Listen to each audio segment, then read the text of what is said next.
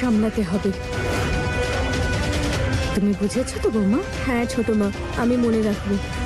আমি এক্ষুনি ভোগ বানানো শুরু করছি। হ্যাঁ হ্যাঁ, যাও যাও।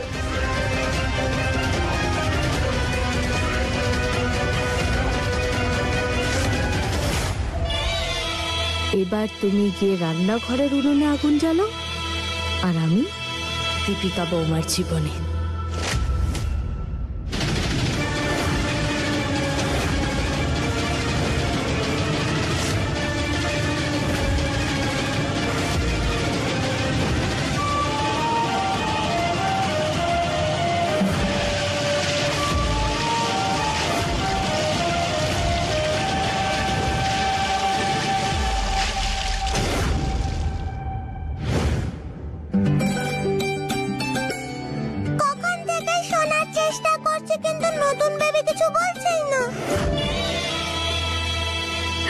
সেটাই জন্য, কারণ ও এখনো এতটা বড় হয়নি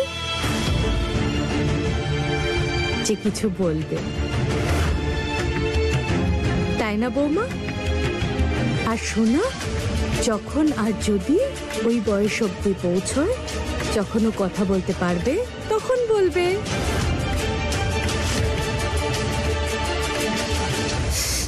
না, ভুলেই যাই আমি আজকাল।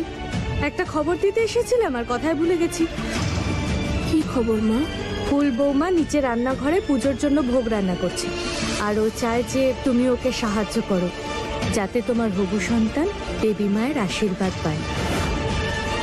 যাও বৌমা, যাও, কি সাহায্য করো। হ্যাঁ মা,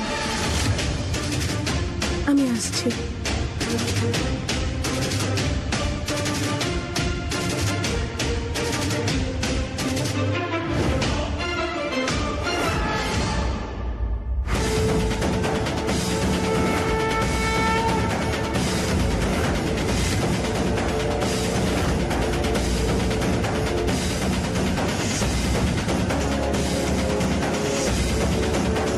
নামলো নামলো আমাদের মাথার ওপর থেকে মেয়ে সন্তানের বোঝা।